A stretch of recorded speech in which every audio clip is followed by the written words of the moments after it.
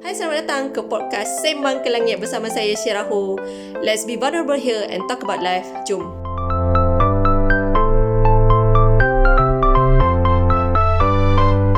Hello guys, Assalamualaikum. Welcome back to my channel Sembang ke Langit podcast. Dah lama tak buat, so ni kira macam season 2. We start episode 1 dengan our guest here, Ilyas. So hari ni kita nak buat a little bit macam saya tanya banyak soalan. Soalan more like a statement yang sangat kontroversi. Untuk kita memang nak bagi dia jawab lah semua soalan-soalan, statement-statement kontroversi ni. Okay, sebelum tu Ilyas boleh perkenalkan diri? Alright, okay. Thank you so much for menjemput actually, right? Happy New Year, walaupun dah hujung bulan dah. Alright, so macam nama tadi, Muhammad Ilyas bin Azmi. I'm a registered clinical psychologist dengan Malaysian and health practitioner Malaysia. Saya practice dekat a few centers lah. Mana-mana yang berminat, look at my name, Ilyas _ Azmi. You'll find me everywhere there. Alright, okay. So, kita terus jump into statement or question. So, kita nak dengar apa Dia Ilyas punya pilihan jawapan apa? No. Pilihan jawapan saya tak ada pilihan jawapan ke? You have to use your expertise. Alright, so first question. I think ni benda yang paling selalu orang ulang. Orang depressed ni sebab dia lemah iman ataupun tak ingat Tuhan. What's your take? Oh, that's a stigma of the most annoying kind of stigma ever. Paling pernah dengar. Sebab dia menyusahkan in the sense where dia menyebabkan klien tu rasa bersalah untuk dapatkan bantuan. Satu, setengah klien akan rasa, oh saya dah solat, saya dah solat tahajud, apa saya masih macam ni, penat dan apa salah saya kan. And then secondly pula, dia menghalang orang untuk memberi bantuan yang diperlukan. Delay atau kadang-kadang dia akan bawa jemput psikologis, klinik saya bawa, tapi bila dah melarat.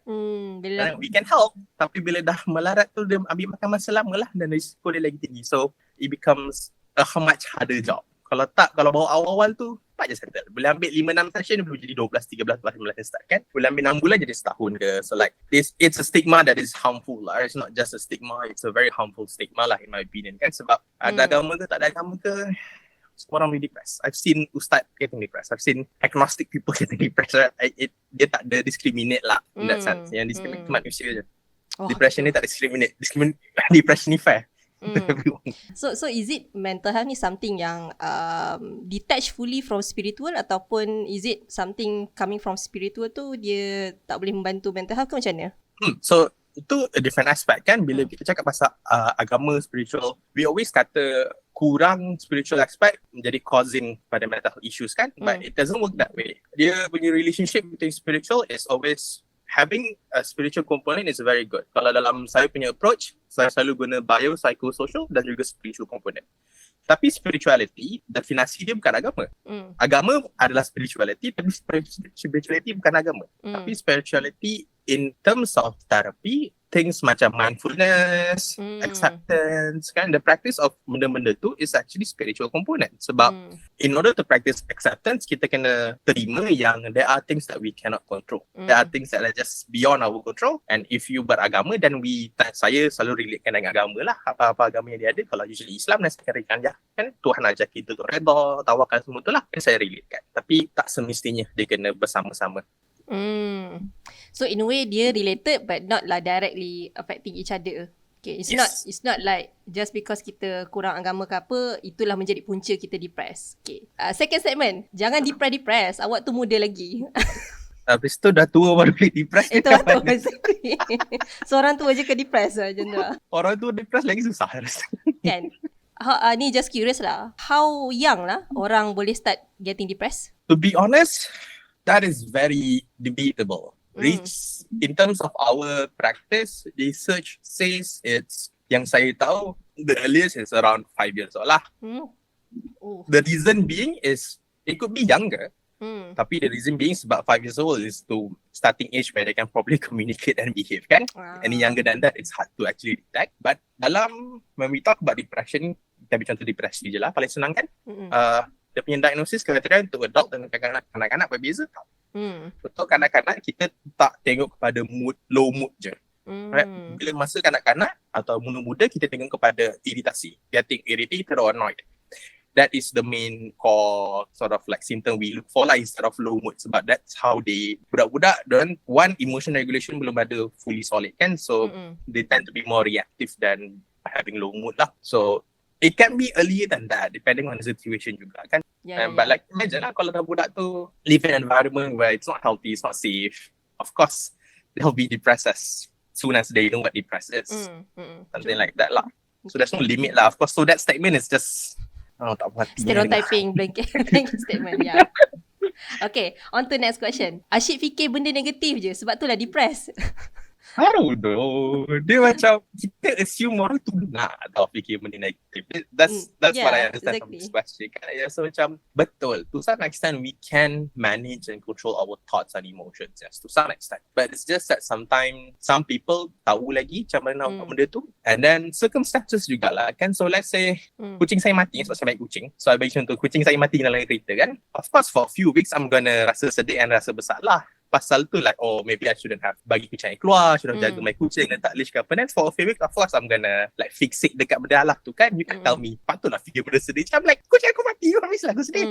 But logically it's like that lah. But also, orang depressed, it's not just about having negative thoughts. Right? It's also, sometimes, it's not having negative thoughts. It's sometimes the inability to feel happy. It's more like that. It's not like they want to have negative thoughts. It's not like they don't want to be happy. It's sometimes the inability to feel happy. That's a good word because you use inability bukan don't want to. Because some people fikir macam, of course happiness is a choice, but at some point people are macam being dihalang perasaan tu. And I also read about macam depression can distort orang tu punya how they perceive reality. So it's kind of perceived that. Yeah, so that's a component can talk about as well like cognitive distortion kan. So then we can talk about that. Something I always explore dengan my client lah. But yeah, it's not one thing though. It's the inability to do so. Sometimes it sounds macam funny tau when we talk about it like kenapa kau tak boleh happy? And macam it sounds like an easy thing to do kan. Happy je lah kan, tak susah. But like it really is difficult sebab there's some imagine macam ada missing connection tau between feeling happy, not happy and feeling happy, dia macam ada disconnect. Ada something tak connecting lah. So macam that's where therapy comes in lah. So we try to help them connect that gap lah. It feels like macam severed connection and you have to do something basically about it. But also kalau asyik fikir benda happy je pun saya risau. Dia lulu. Dia lulu is so lulu. Okay, depression and anxiety boleh sembuh ke? This depends on how you define sembuh. Exactly. Right? But in general, it can be managed lah, right? And depression and anxiety and then major depressive disorders and anxiety disorders are two different things. Itu first thing kita clarify. Right? Feeling depressed and feeling anxious is something that comes and goes. Saya sebagai terapis pun hari-hari akan battle dengan rasa depressed, rasa gementar. Sebab it's part of human experiences. However, having a disorder is something different. Dia dah jadi kategori penyakit. You can learn to manage it with either medication and psychotherapy or psychotherapy saja, depends. And depending on how severe it was, depending on your life circumstances, relapses sometimes happen. But in the end, it is possible for you to heal, right? It is possible. It's just that your definition of healed has to be redefined juga lah, right? Sometimes bila orang datang terapi, they say that, oh, saya kalau boleh saya nak hidup saya macam dulu. And I'm like, I understand tapi but exactly the reality is you only have to move forward. The only choice you have is to move forward. Yeah, so like if you go into therapy or like you go into a mental health recovery journey wanting your life back, right? That's like a losing battle lah. Because you're already putting an impossible threshold of success, right? Meaning you akan rasa you dah berjaya kalau you got your life back. But that's the thing, you will never get your life back. That old version of you is long gone. You will have to find different version that you have to accept and be happy with. That's what therapy is about. It's not about finding your old self. It's about rediscovering who you are, right? So I think that's something people have to kind of like learn to understand as well. Yeah, it just remind me because I used to feel like I guess macam dengan trend healing sekarang ni, people are putting healing as a goal. I think that's a little bit problematic lah, because healing shouldn't be a macam a destination. It should be a process lah, a journey, a lifelong. We committed with ourselves. Gitulah. Siapa panel ni tiba-tiba. Alright. Okay. Okay, this one is talk about relapse. So this one macam like a colleague cakap dekat kawan dia. So the context is kawan tu macam cakap dia depressed, and then the other person respond like this. Hari tu kata dah okay sikit, tapi sekarang tak okay pula. Hari tu cakap lain, ni cakap lain. So I'm guessing it's about relapse and people are not understanding about relapse. Can you like comment on this? kepala kawan tu. Kata kawan baru. Tak adalah. So again, this is something, but I think where we started just now was good, right? We have to differentiate between feeling depressed and having major depressive disorders, right? You can be diagnosed with MDD, but when you relapse, it doesn't have to always be a full relapse towards MDD, right? It can relapse into having a depressive episodes or depressive feelings or even just low moods or feeling blue, right? So when people understand that differences, it makes it easier to converse. So, but then it becomes a bit more normalized, right? When people don't view MDD as like a magical cancer disease, and we understand, oh, sometimes orang tu boleh dah okay, tapi hari ni dia macam relapse, tapi dia relapse kalau ada MDD balik. They just maybe hari ni dia a bit more low mood, there are some things that triggers them, kan? They can try to be a bit more understanding, right? When we talk about relapses, it's something that it's not inevitable lah, right? Macam Thanos. But Wow, Thanos. but it's like something, it can happen lah. So just sometimes life circumstances, especially like macam hari ni kena marah dengan bos, lepas tu lambat pergi kerja, bas tertinggal, dompet hilang, and all of that compound mesti lah yang akan trigger, kan? I'm gonna take EL if that happen. And then of course you will feel depressed, right? Of course, lots of people will feel depressed, some people will feel anxious, but then if you have reached to a point of therapy where you have developed those skills, you would know that, okay, all of this is a triggering situation, what can I do? And then you can manage those relapses a bit more. Right? Relapse in mental health is phases and stages to it lah. I think what makes it harder bila macam like people are not understanding the reality of mental health. Just because orang yang depressed makin okay doesn't mean macam dia magically go away. Yeah, I mean we all having stress and sad and low mood, and that's just people are on their recovering journey, so they need support. Dia macam tu lah, kena manage expectations lah, right? Because like you, selalu saya bagi contoh macam ni, like if you bagi someone yang ada diabetes ubat, kan?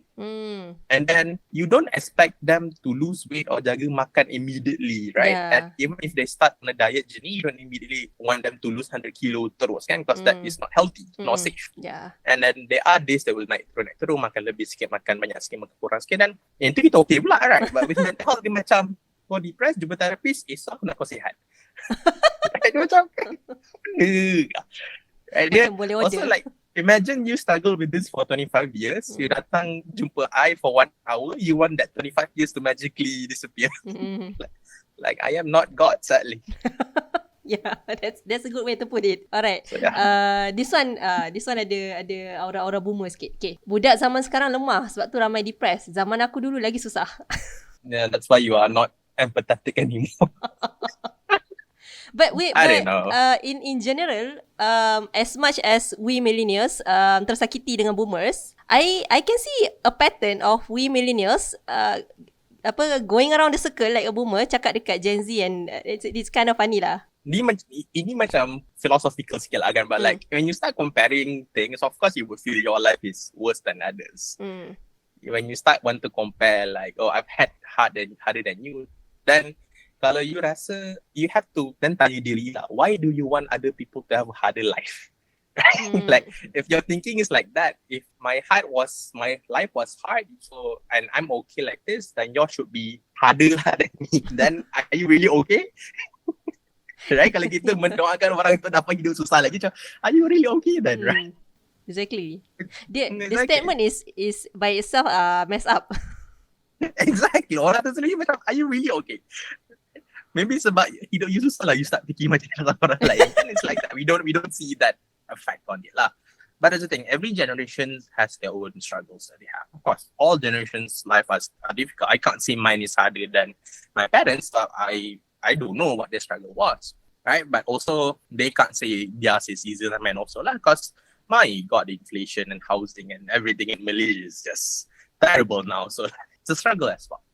And the thing is, an increase in awareness does not equal to like people are getting weaker. It just means that people are more empowered and more willing to get help compared to back then, right? I think that's the issue lah, right? Because nowadays people are more open to talk about it. People are more willing to get help. People are more willing to improve themselves, right?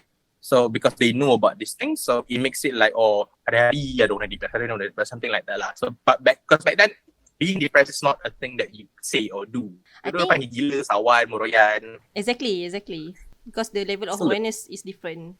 It feels like orang macam fikir semua orang sekarang nak depressed, but actually macam like people are nowadays like voicing out, more vocal about it, which is good.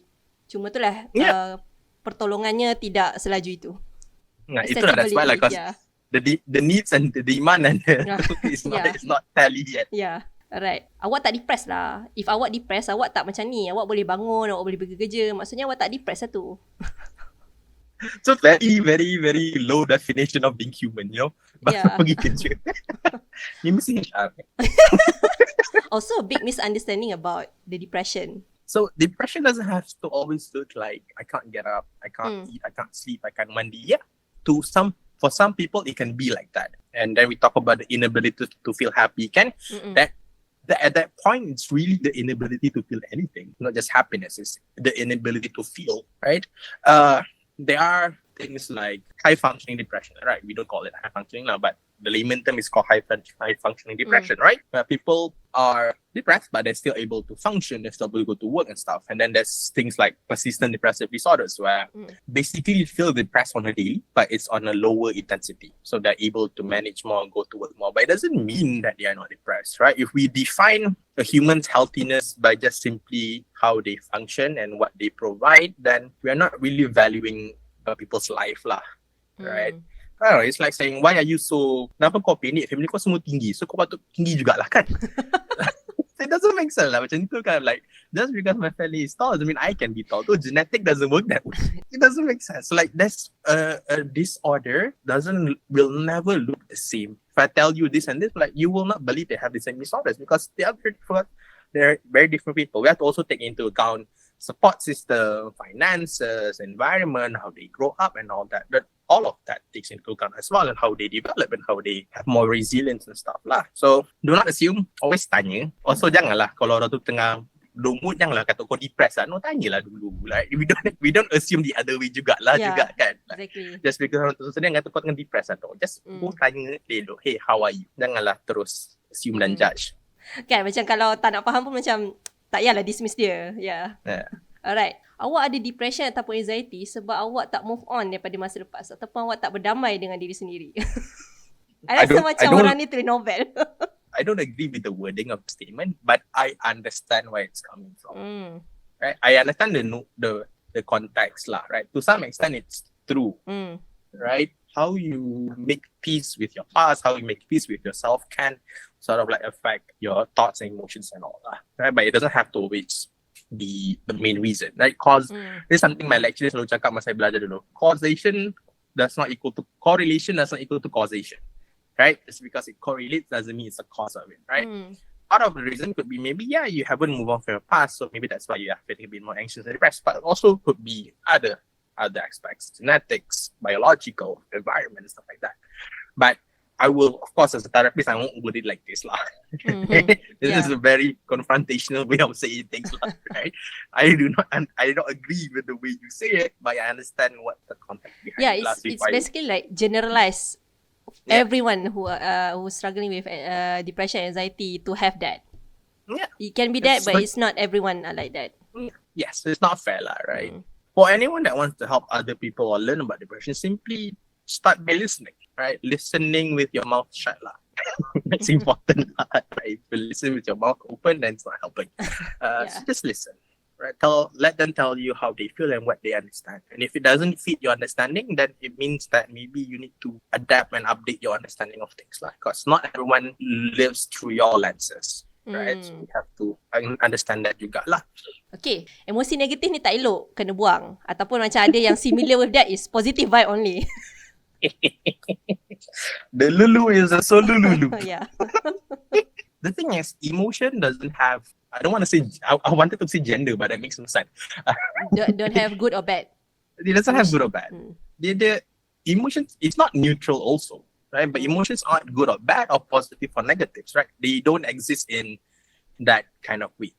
Emotions are simply just emotions, right? And what they are a form of information as well. Right? So that's something to understand. So if you tell me that you only live with positive vibes je kan, I risau actually. Like, are you okay? Like, what are you doing with your other feelings, right? We just positive vibe. I'm just waiting for you to explode lah.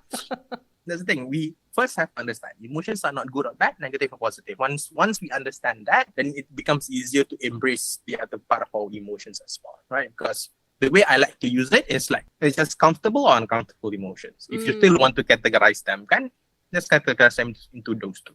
So feelings like depressed, sad, anxious are uncomfortable emotions, but they are not bad or negative. They're just uncomfortable. Sebab when we say good or bad, we assume being happy is good.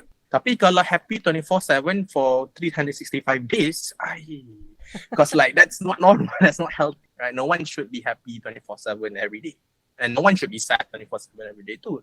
Same lah. So like, it's just comfortable, uncomfortable. Too much of anything is never good lah. So positive vibes only feels very toxic positivity kind of thing. Like, no, feel what you want to feel, understand where it's coming from, and do something about it. Take responsibility for what it is lah. Don't look at it like an enemy that you want to hide, or don't look at it like something yang memalukan you nak simpan. They will come back. If you don't start to embrace them, they will come back with vengeance. Yeah. I think the stronger you repel it, the stronger it came. Some emotion yang kita selalu perceive bad, not necessarily bad. I ambil contoh macam happy lah. You know, when you take drugs, you're happy. But is it a good happy? Is it a good kind of happy? So I just and macam marah kan, because macam contoh, kalau kita tak marah dekat Israel, we're not gonna do or say something. So I would say macam emotion are not like good and bad, or like you said lah. Right, because then bila kita categorize into good or bad, in certain situation it makes no sense. Yeah. Then the problem is when those situation happens, kita jadi confused and kita jadi distressed. Because we be like, bagi contoh lah, like you marah, like I kena maki dengan orang, tapi I nak marah. Logically, I should marah lah to stand up for myself. But then I be like, tapi marah tak elok. That's not a good situation to be in. Then people are gonna keep putting you down, right? So you have to stand up for yourself. So that's why labeling emotions like good or bad, it's not good. It's not healthy, because it's not every time it's gonna be like that. It's not always going to be clear cut. There'll be always a mix of things. Alright, lelaki kena kuat, tak boleh emotional, tak boleh nangis. This one you have to comment lah. as a guy, what's your take on this? Very, very unhealthy, unsafe, and just does not help with anything at all. Telling people in general to suppress emotion is not good, but telling a whole gender to do it is even worse, right? And the problem is, it's the same gender. You just lelaki cakap lelaki juga benda macam ni, which is not helpful. Yeah. So that's why also in my profession tak banyak lelaki. That's one thing I noticed. Tak banyak lelaki as in mental health practitioner or client? Yeah, mental practitioner, both. Mental practitioner usually are females. Client also, females. For every 5 females I get, maybe I get 1 or 2 male. Oh my god, I feel bad. Like that. And most of them comes with this shame. In the first session, usually they come with this shame that I feel like this and I feel depressed for so long. I don't think I should feel like this. Can you help me? That's the idea. Right, I don't think I should feel emotional. I don't think I should feel depressed. Can you help me not to feel this way? With the female clients, usually like, I feel like this. Can you help me to learn what to do with this? Right, it's a little less confrontational lah. Dengan lelaki ni macam aku tak nak benda ni, make it go away. They are probably taught to be like that lah, to be strong, to be masculine and stuff. But I don't know, man, it's scary. You know, when men are not allowed to express their emotions, it turns into the only emotion they'll know is anger. Yeah, exactly. That's why you have anger management issues and stuff. Anger management issues, I usually look at it as just emotional regulation concern. Because when the only emotion that is validated and recognized is anger, so of course that's the only thing you know what to do. Because if you don't know anything else, then everything will turn to anger. Because you don't understand what this is. Macam aku tak tahu lah ni apa. Anger je lah. Oh, aku tengah sedih sebenarnya tapi tak pernah rasa sedih kan. Okay, tak faham. Anger. Oh, tengah anxious ni, tak tahu. Anger. So there's so much underlying emotion. Anger has become the reaction. The reaction. The product. It's not really just the emotion anymore. So that's why I say emotions are information. The emotion is telling you something, that something is up. So yeah, man, talk to people more, please. Yeah, talk to Ilyas. Yes, please talk to me. I like to see more male clients, please. I have way too many female clients already. Asian culture, in its core, is not meant to be expressive. Then, in terms of gender pula, the expectations for women, it's a bit softer. For in that sense, like if you cry or if you get more emotion, it's understandable. But then ada je sexism or tengah period ke apa. Yeah. That's a whole other issue to discuss, right? Yeah. But when with men, it's like, why are you, don't cry. So kita dengar kan, kecil-kecil kau tu budak lelaki jangan nangis. Lelaki tak boleh menangis. Right? So when you are taught like that growing up, then it becomes a thing that you learn and you believe, then you are taught like, men can't cry. So I can't cry. If I cry, there's something wrong with me. Right? So it becomes like a very distorted belief of things. And then when they don't unlearn those things, they pass on that knowledge and understanding to other people. It's like that. So, but in terms of support group, we have to understand also the way men likes to be supported is probably not as similar as women, perhaps, right? Some men are a lot more in touch with their feelings. Same goes as women also. Some are more in touch with their feelings. Some are just not as well. There are differences between individuals as well. Faham? Okay, moving on. Okay, so this statement, it's all in your head. I mean, yeah, it is mental health, but it is in my head, but like, where exactly in my head is it? And that's not fair lah, right? Because so the thing is, kita kena faham, when we have something negative in our mind tends to magnify that, belakang usually. But it doesn't come from nothing. It doesn't just magically appear. It always, there's something that inserts them, and then it just magnifies in the brain lah. Dia macam, maybe a negative thing happened. I kena marah dengan my boss today, right? A negative event happened today. I kena marah dengan my boss. And then from there, I go down the rabbit hole of like, kenapa kena marah dengan my boss? Oh, sebab I was incompetent. And then from that, a memory of like my incompetence. Oh, masa sekolah dulu pun sama ngasih fail je. And then from there, patutlah kena marah dengan mak dulu. Oh, and then it goes into very deep rabbit hole, right? But it's not magically appearing. There's a trigger to that, right? I kena marah dengan my boss. It's just that some people don't know how to let thoughts flow without clinging on to that. Right? What we tend to do as humans is we like to cling on to our thoughts and see where it goes. Sometimes you can do that. I do it with a therapist. Other times we have to learn how to just see these thoughts as just a passing thing. Like, it doesn't define who I am. Yeah, my boss scolded me today. I made a mistake today, but it doesn't define me as a person. It's just a mistake that I made today. I'm not a mistake. I made a mistake at work. Right? It's that distinction is also important lah. Again, it's not just in your head. If orang tu kena trauma, kena pukul kendera, it's not in their head anymore. It's PTSD. It's legit, right?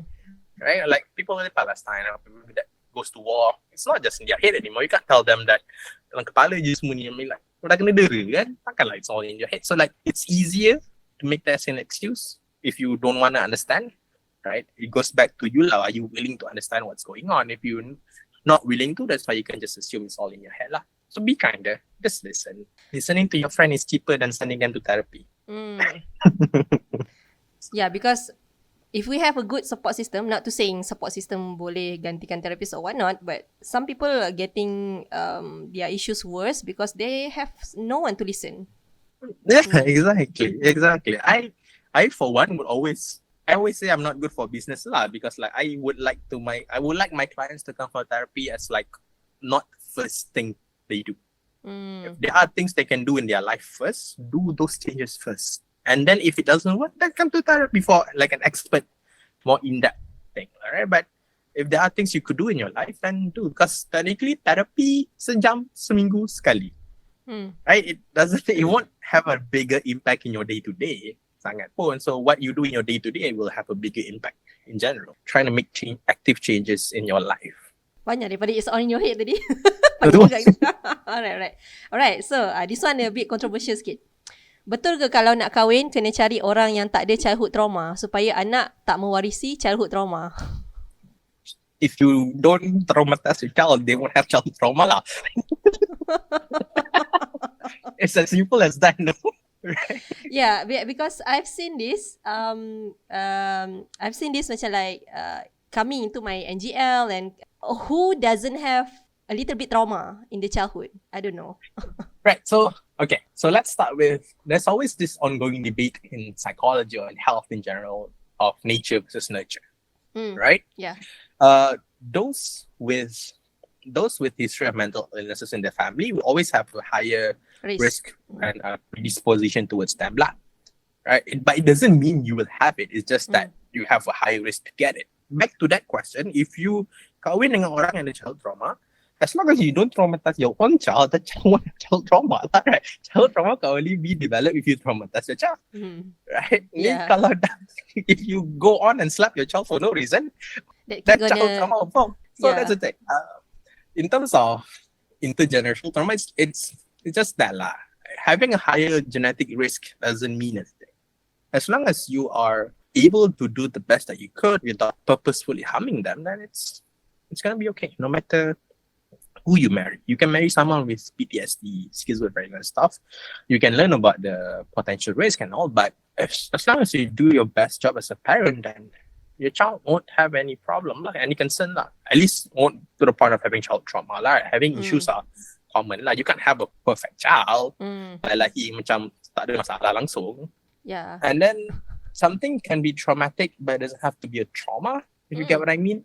And a traumatic experience or traumatic event doesn't have to always be a trauma, right? Losing my cat is a traumatic event, but it's not a trauma for me. It's a traumatic event, right?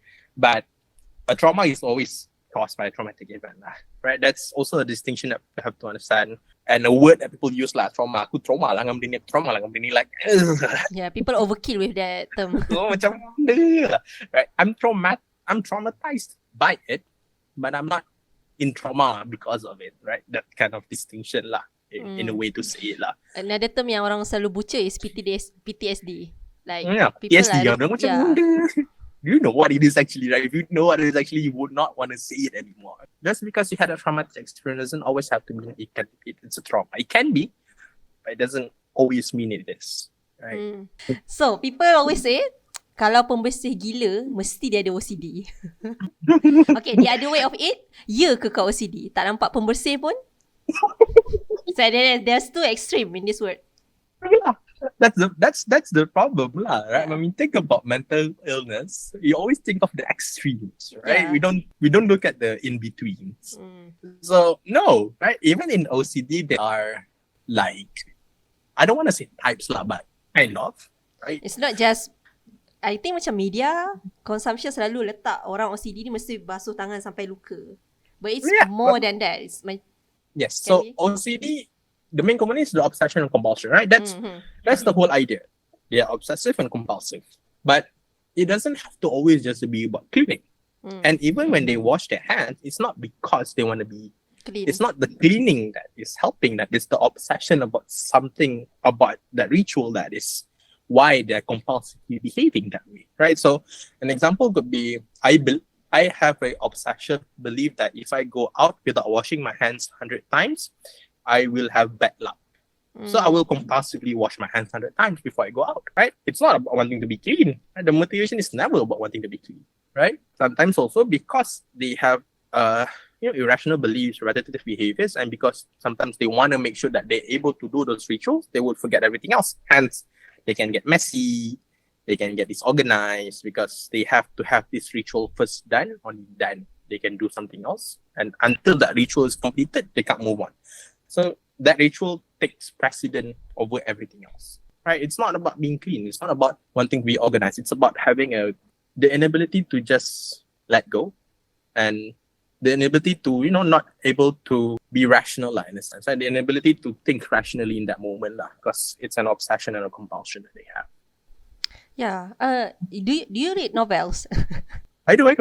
Yeah. Bila cakap pasal OCD ni, I actually never really understand about OCD, but after I read The Weight of Our Sky, written by Hannah Alkaf, that I read that novel, I feel like, oh God, super uncomfortable-nya to be in this character who is struggling with OCD. I think that one novel is very good to understand people struggling with OCD because she keep typing 1, 2, 3, 4, 6. Oh Allah. It's annoying, guys. Yeah, it's annoying. Imagine being in that person's shoes. I can't imagine. You it's like you have a habit that, and it's even more annoying that this is not actually helping sometimes. Yeah. You have an awareness that this is not good for me, but I can't help it. I have to do it. Right? It's something like that also. It's like having an addiction without knowing it's an addiction. Right? It's just something that you have to do. That's why OCD is very, very harmful. It's very, very tiring, exhausting. It's not simply as I want to be clean or tidy. Being clean or tidy is a good trait to have, but it doesn't make you OCD. Sometimes it's And it perfectionist. could be perfectionism. Yeah, could be that. And sometimes people actually is not perfectionist also. They're just obsessive With cleaning. with cleaning. That's all. They're not perfection. Alright. Kau pelajar psikologi, kau pun kena pergi terapi ke? Kau sepatutnya belajar, kau dah tahu, kau boleh handle. Buat apa belajar psikologi kalau macam tu? So I'm guessing it's a misunderstanding about maybe people think people learn to be a psychologist, dia tak dia tak boleh stress or something. No, I think first of all, there's a misunderstanding. A degree in psychology doesn't mean anything. Yeah. It doesn't. A degree in psychology doesn't do anything mental health. A degree in psychology doesn't equal to an expert in mental health. It doesn't work that way. A degree in psychology is just simply learning and understanding of human behaviors and why and how they do things. That's all. That's all there is to it. The mental health is there, but very small. And then secondly, as a clean psych, I personally would be more comfortable telling or referring to people that have struggled and seen a therapist to my clients or people. Like if a friend asks like, hey, do I see this person? And I know that person has been to therapy before, I'm like, yeah, go. Because at least I know they've sat on the other end and understand what it feels like.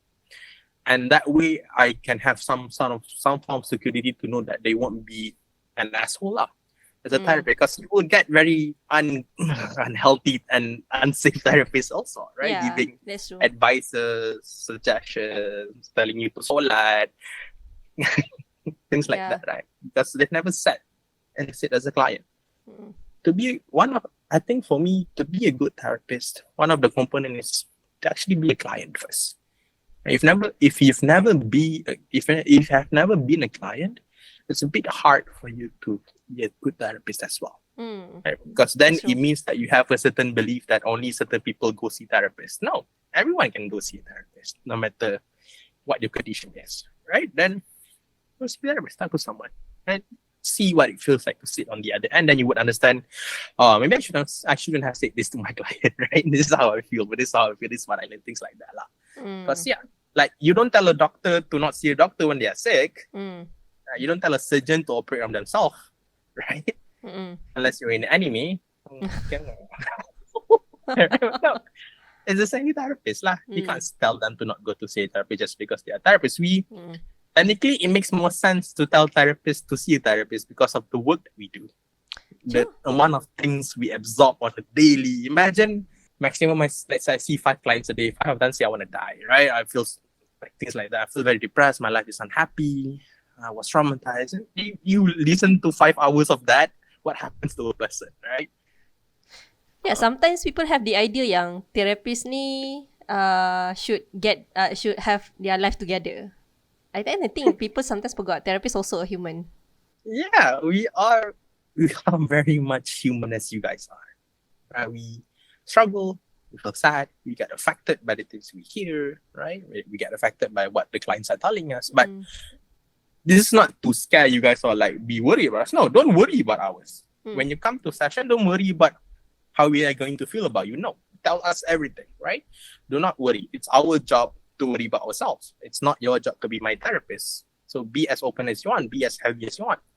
Don't be afraid to trauma them or whatever. Just go for it. It's just that for other people to understand, we are human in the end, right? So after the session, sometimes we might need some time to chill, to take a break, to breathe and stuff like that. I kind of remember this book. Maybe you should talk to someone. What's a good book giving insights on therapists, going to see therapists? Have you read this book? No, not yet. I've heard about it though. It's a good book. Good very good. Very But engaging. Sometimes therapists were stereotypical. Like therapists pun ada stereotype stigma. Like, why are you seeing your own therapist? Kind of thing. Like we have an internalized stigma. I'm a therapist. I should know this kind of thing also. So like we have our own like blind spots. That's why we need therapists, right? Because we are one thing that is common among all therapists. They have blind spots towards themselves. You will not see. Usually therapists are not very kind to themselves. That's something I see commonly. And I can say that myself. I am not kind to myself as I am to my clients. I'm so much kinder to others than I am to my clients. Yeah, I'm to myself, I'm like, oh, I'm like the harshest critic, kind of. Yeah, I think as a human, we have that tendency to be kind to others, but not to us. That's Kan why diri sendiri. therapist need therapist too. So Yeah. like, okay, I need to know I have to be kind too. So yeah. Alright, one last question. Tak letih ke jadi terapis sebab kena dengar banyak masalah orang? It's tiring, but it is very rewarding. I can't say it's not tiring. It's lying lah, right? But it's rewarding. But this is not me being snobbish or arrogant, but not everyone can work in the mental health field. It really is not. You can go and pursue your masters in it because getting into the program is easy. You have the money, you can get into it. That's all that is required. But working as a mental health practitioner requires a whole different set of skills, resiliencies, empathy, and humanistic part of you. Like it's an ongoing process. It's a very humbling process too, right? When you graduate, you finish your course, you will understand that what you learn is not even the tip of the iceberg. It's like the small tip atas tu, like literally, because it's a very humbling experience, right? And it is exhausting, but it's a profession that is very rewarding, and that's why we do it, because it's not everyone can do it, and those that can do it well is rewarding. When you see your client comes in after like 6 sessions, and I always have this moment where like my client will come after 7-6 session. They tell me about their problems, their concerns, right? And then they are able to challenge their own thoughts immediately. After that, they'll be like, oh, ini, and like, oh, tapi I know like this is. I'm like, and then I just sit and like, I'm like, good job. I don't have to do this anymore. Like, I'm amazed. Like, they're able to they're able to challenge, be empathy, be kind. They're able to just engage in all of those things that we talked about in our last session and just do it by themselves. That's when I know, like, okay, good. You've reached a point where we can talk about maintenance or whatever. So, like, it's rewarding when you see like that. And they're able to be, you can see also after 6 average, some of them are like, you can see they are happier, their voice are like, not higher pitch, like, but they're also more positive, their face are like shining, like, that's when you see like, okay, good, this is worth it. I guess because it's also rewarding lah to see somehow your work impact other people's life. Yeah, we save lives, but in a different way lah. Right? Wow, that's a good way to put it. Right, it's not directly saving lives like doctors, but we do save lives in a sense. Sometimes we actually do save lives because there are clients that are high risk, right? And we are able to help them, so we've saved their lives, right? But if you are in therapy, if you are in session, and let's say you feel that you're not making progress, to understand that it's a lengthy process. And if you do make progress, don't forget to congratulate yourself. All of the hard work is on you. The therapist punya kerja is very easy, trust me. The therapist will not take any credit. It will take maybe like 10% of the credit. The rest is up to you, right? At least that's what I say to my clients when they say thank you. I'm like, yeah, good, but I really didn't do much. It's all on you, because that's really, the work is what you do. This 1 hour thing that we talk about is nothing. It's very small. It's not as impactful as you think. So yeah. Yeah, alright. Okay. Alright, thank you Ilyas for today, for taking up stigma dan statement and you correct and explain all of it. Yeah, it's a good episode to start with for this season. Again, thank you Ilyas for participating in my podcast session. Thank you for today. Alright, Assalamualaikum. Thank you very much. Thank you. Bye bye. Okay, see you.